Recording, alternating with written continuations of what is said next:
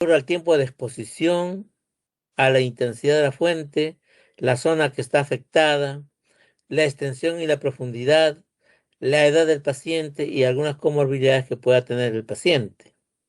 Todo eso va a influir en la gravedad de estas lesiones.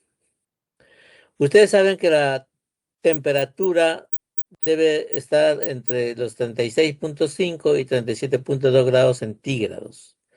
Y esto es regulado por el hipotálamo, que hace las veces de un termostato. La normotermia se considera cuando van entre 35 hasta 37 grados centígrados.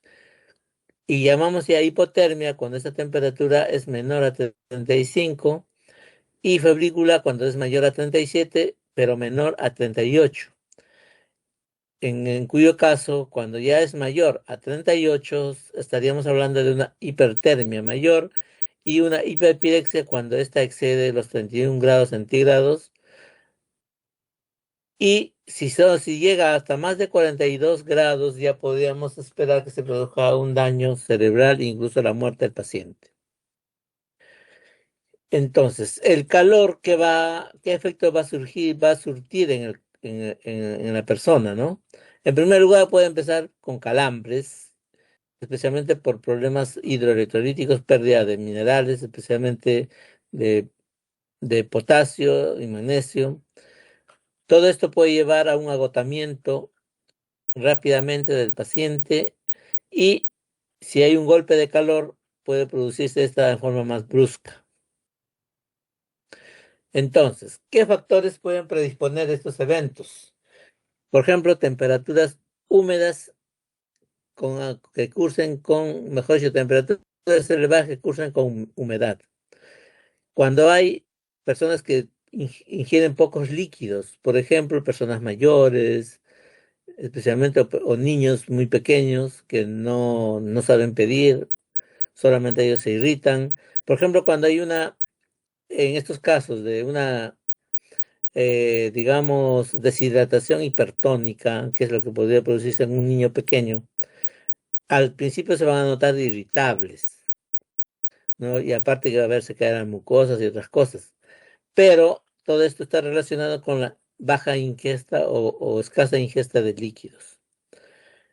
Y también en las personas mayores, ¿qué ocurre? Que las personas que son o tienen más de 75 o 70 años, a veces ya no diferencian mucho entre el hambre y la sed.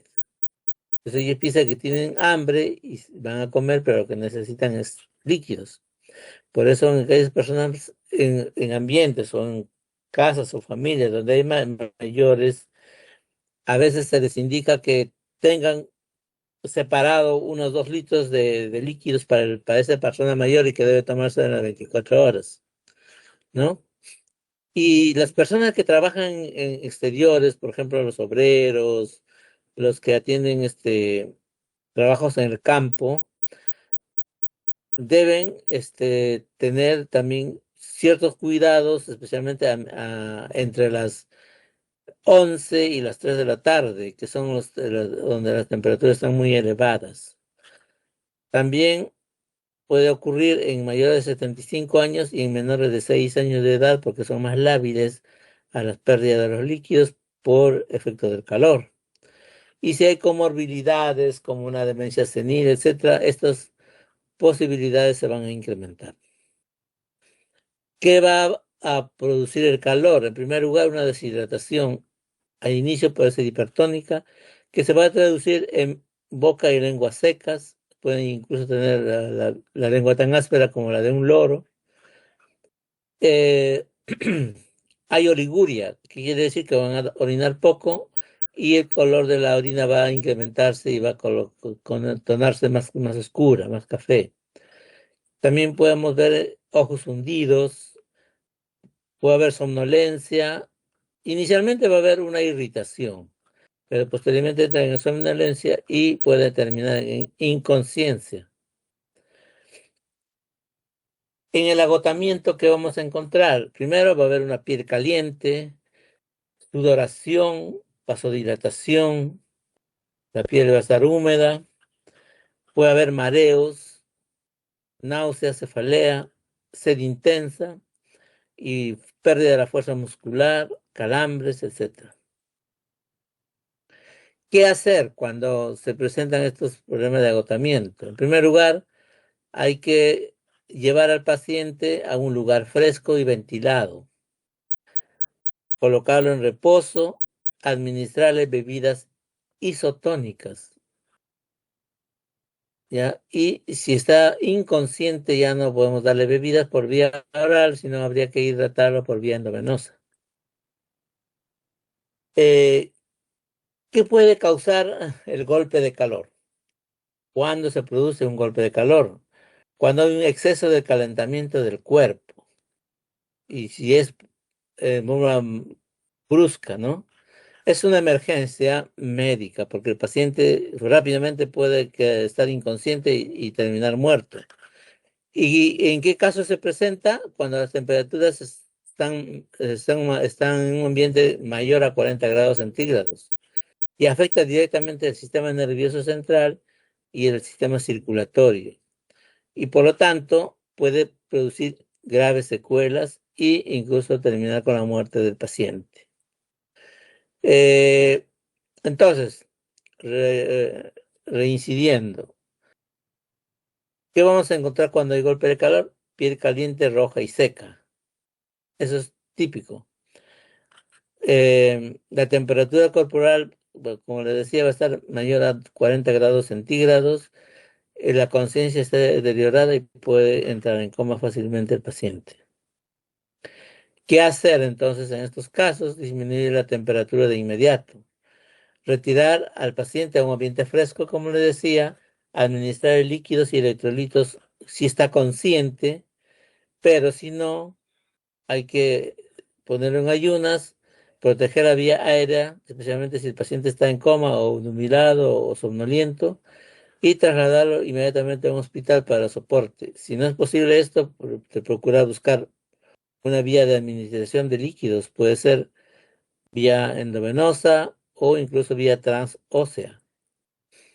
Acá tenemos un pequeño video de más o menos qué se puede producir en estos casos. Bien,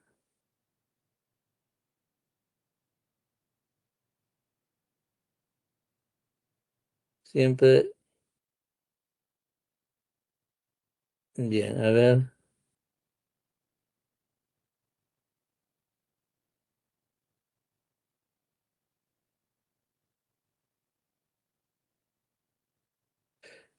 escuchan, ¿no? ¿Se escucha el video?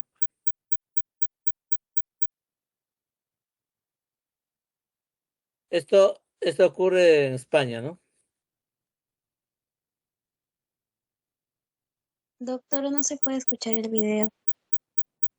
Luz, ¿me están escuchando? A usted sí, doctor, pero el video no podemos escucharlo. Para a ver si puedo.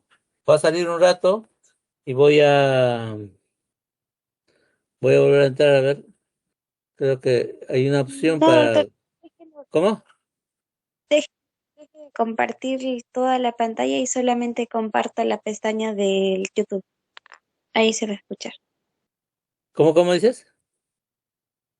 Deje de compartir la pantalla completa Sí. y vuelva a compartir solamente la pestaña donde está el video.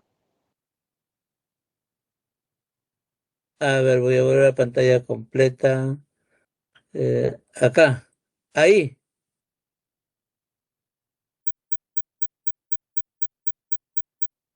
Ahí. Acá. ¿Dónde dice? Dejar de compartir. Cámara. Micrófono. Ceder. Compartir. Acá.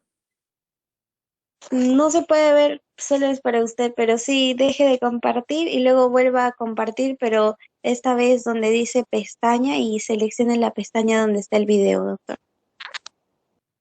A ver, pongo compartir de todas maneras. Sí. Acá. Ya, acá dice compartir modo de Open Moderador, agregar fondo. Ahí al No, costado no le apareció compartir pestaña o algo así. no, solamente aparece compartir, modo ventana, pantalla, Ventana, doctor. ventana, a ver. Ya. Y pongo acá en el video. O ahí compartir. Ahí a compartir, doctor. La Ya. pestaña donde lo seleccione y luego ponga compartir. Ya está compartiendo. Veo mi pantalla. ¿Ven mi pantalla? No, doctor, no se puede ver la pantalla. Entonces, a ver, ¿qué pongo? A ver, ventana. mm,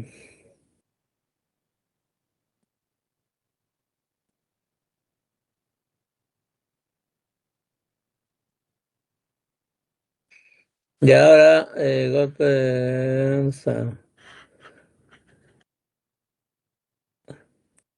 Donde dice YouTube, doctor, Sí, ahí, presione y comparte. ¿qué presiono? La ventana de YouTube, donde dice YouTube, donde está el video. Ya acá, ya. Ahora comparte. ¿Ven? No, doctor, no se puede ver. O más factible, podría pasarme el video y ya yo lo reenvío. Creo que está en el PPT también y cada uno podremos ver el video. Y así podemos avanzar más rápido. Ok,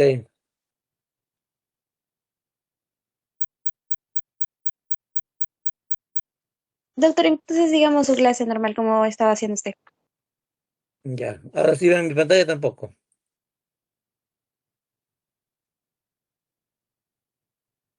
No ven mi pantalla, No, ¿no? doctor, no sé. No, doctor. Ya, voy a ver. Entonces, compartir pantalla. Ahora sí ven mi pantalla. Sí, doctor, ahora sí se puede ver. Bien, entonces continuemos.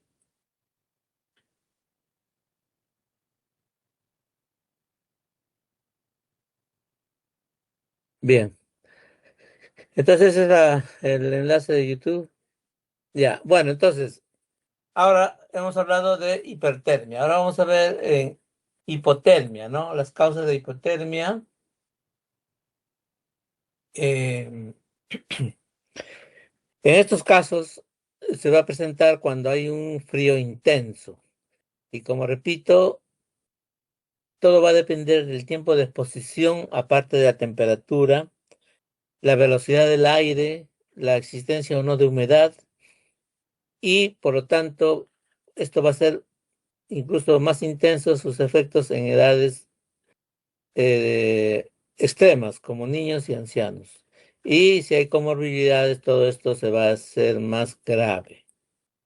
Por eso siempre hay que tener en cuenta las comorbilidades y hacer una buena historia clínica para poder, digamos, em, orientarnos en cuanto a la historia clínica o los antecedentes fisiológicos y patológicos que puede tener el paciente. Entonces, en la hipotermia, eh, vamos a encontrar que es debido a un frío intenso que va a producir todos los mecanismos va a, digamos, dificultar todos los mecanismos de regulación de la temperatura. Va a haber una vasoconstricción inicialmente, que esta vasoconstricción va a producir menor flujo sanguíneo en los músculos y finalmente se va a traducir en espasmos musculares. Y a nivel general que vamos a tener va a disminuir la temperatura del paciente.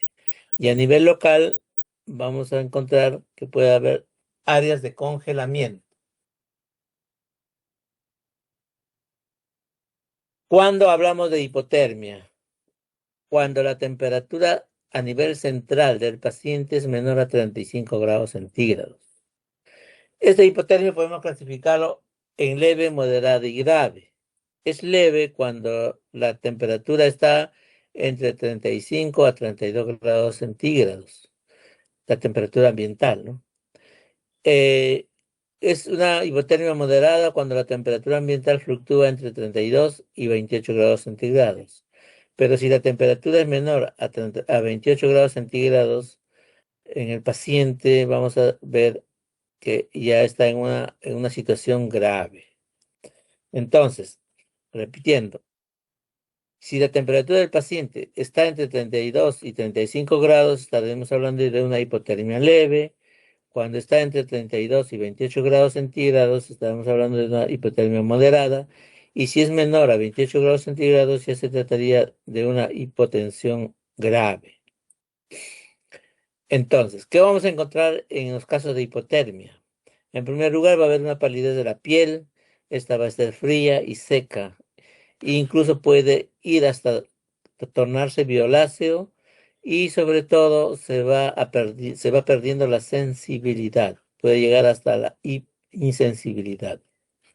Vamos a encontrar escalofríos, o sea, va a haber inicialmente temblores. Este temblor se va a hacer más intenso y puede llegar a una rigidez de los músculos por ese mismo efecto. La respiración también se va a ver afectada, va a ser superficial y muy lenta, o sea, no va a haber una buena amplexación torácica y por lo tanto también va a disminuir la frecuencia respiratoria o ventilatoria. En cuanto a la frecuencia cardíaca que vamos a encontrar, que se va a hacer lenta, puede llegar incluso hasta tener un pulso imperceptible. Todo esto puede terminar disminuyendo el estado de conciencia del paciente, dado a que toda la frecuencia cardíaca y respiratoria se va a hacer muy lenta. Cuando hay hipotermia grave, vamos a encontrar que el paciente puede estar en coma y esta disminución de la frecuencia respiratoria y la frecuencia cardíaca puede llevar a un paro cardiorrespiratorio. Eso es a nivel sistémico, a nivel general, pero también a nivel de las zonas afectadas o en las áreas locales, vamos a encontrar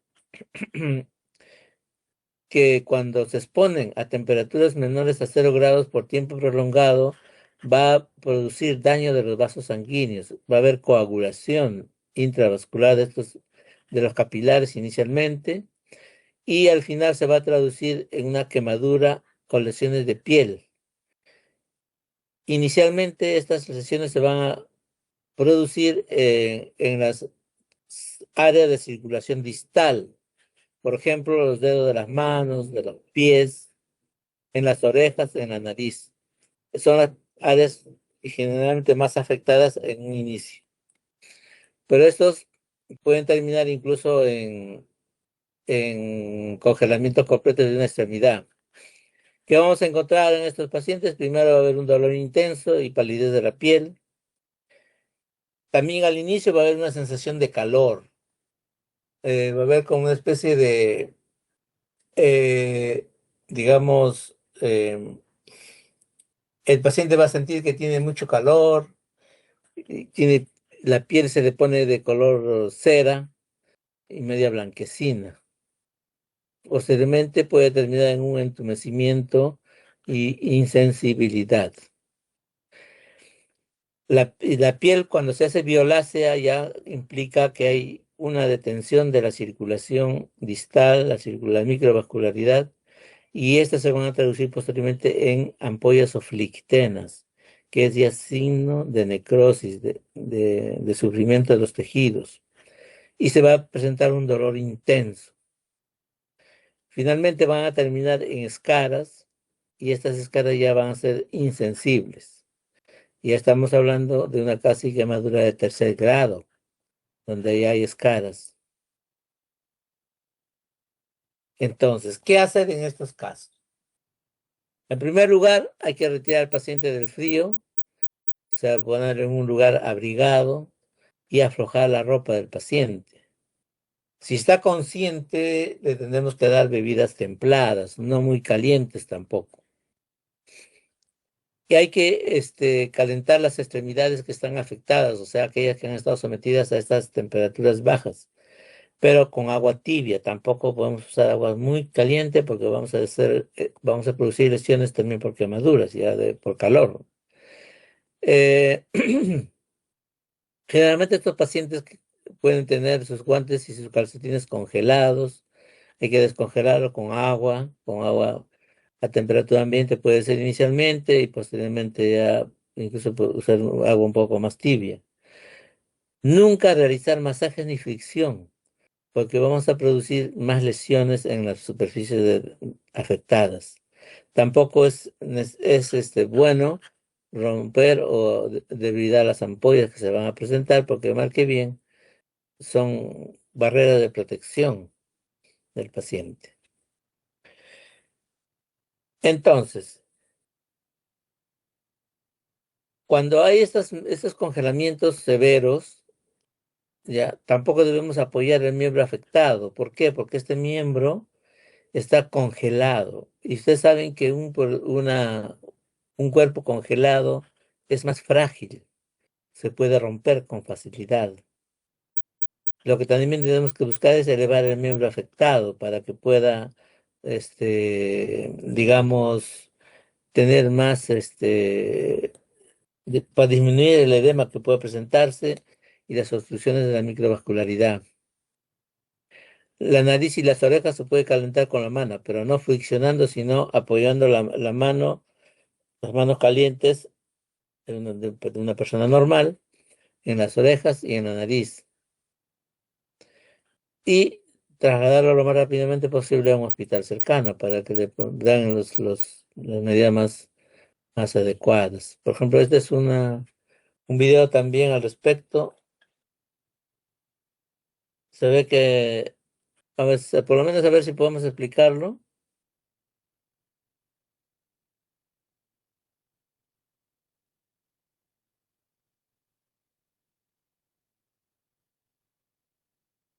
Ahora sí.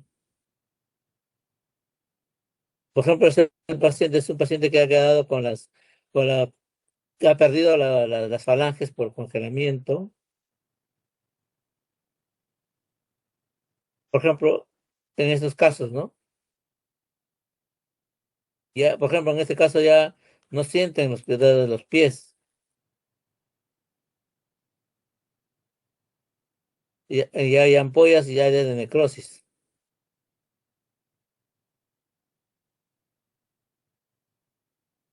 Por ejemplo, miren cómo se ha necrosado.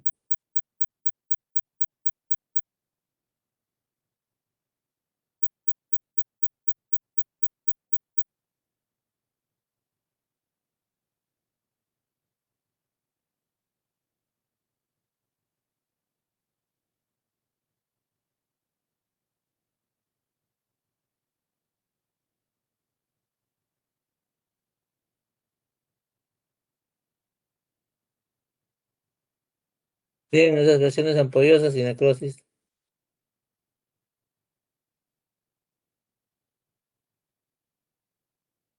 Miren la piel, cómo se torna pálido.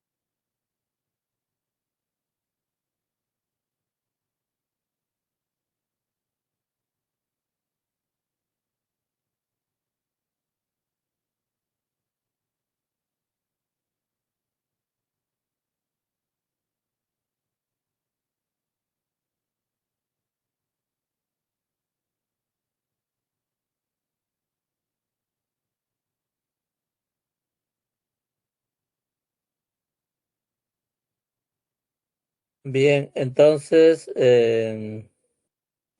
continuamos con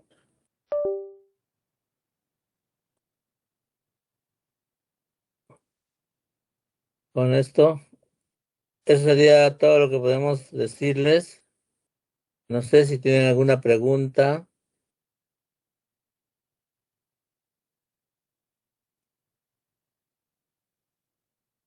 ¿Tendrán alguna pregunta? Doctor, disculpe, Sí. en el caso cuando llega necrosis, sí hay forma de cómo revertirlo, ¿no? Y más o menos cuánto tiempo sería. Cuando hay necrosis, lamentablemente ya no hay nada que hacer. Sí, no, El ya tejido no. que murió no hay forma de que revitalice o reviva. Por eso es importante las medidas preventivas. Al inicio del video se ve un paciente que no tiene los dedos. Pues como les decía, las zonas más vulnerables para estos efectos del frío son las extremidades distales, los dedos de las manos, de los pies y de la nariz y las orejas incluso. Si ustedes han notado en el video último,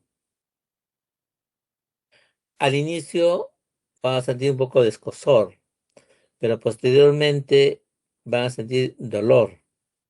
Después ya no sienten nada, se tornan insensibles y ahí es donde más daño se va a presentar. Por lo tanto, cuando ya uno siente el hormigueo, el escozor, ya debe tomar precauciones para buscar abrigo. Pero si no hay forma, pues como vieron en el video, bueno, habría que tomar medidas heroicas y tratar de salvar la vida, aunque uno quede con extremidades amputadas, ¿no? Pero como repito, cuando hay necrosis ya no hay manera de que se pueda revivir estos tejidos, lamentablemente.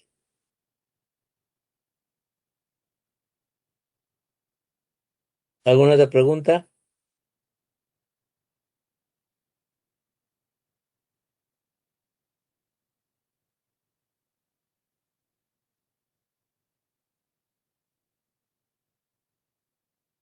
¿Todo claro, Luz?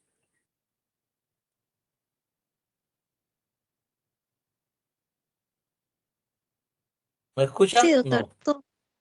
Sí, ¿todo claro? No sé si hay alguna otra pregunta que quiera hacer algún alumno.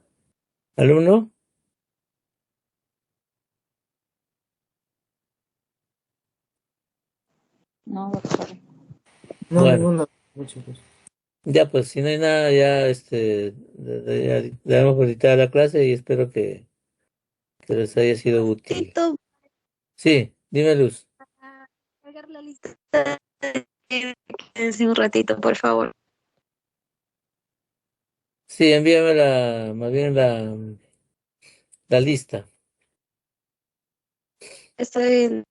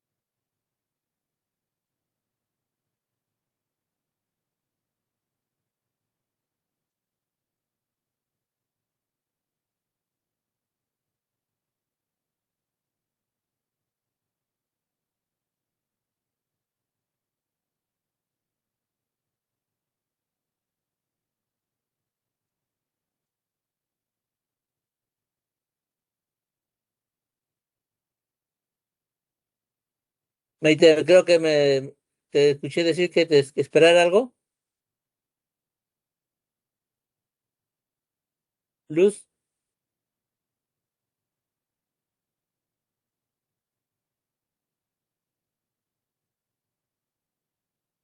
Sí, doctor, ya está la asistencia, estaba descargando la asistencia. Ah, ya. Ya se puede Ya está bien, revertir. pues. Ya. Gracias, Oh, nos vemos. Chao. gracias. Hasta luego, Perdemos la Muchas cuídese. gracias, práctica. Perdemos la doctor. práctica. Chao. Muchas gracias, doctor. Ya, gracias también a todos ustedes.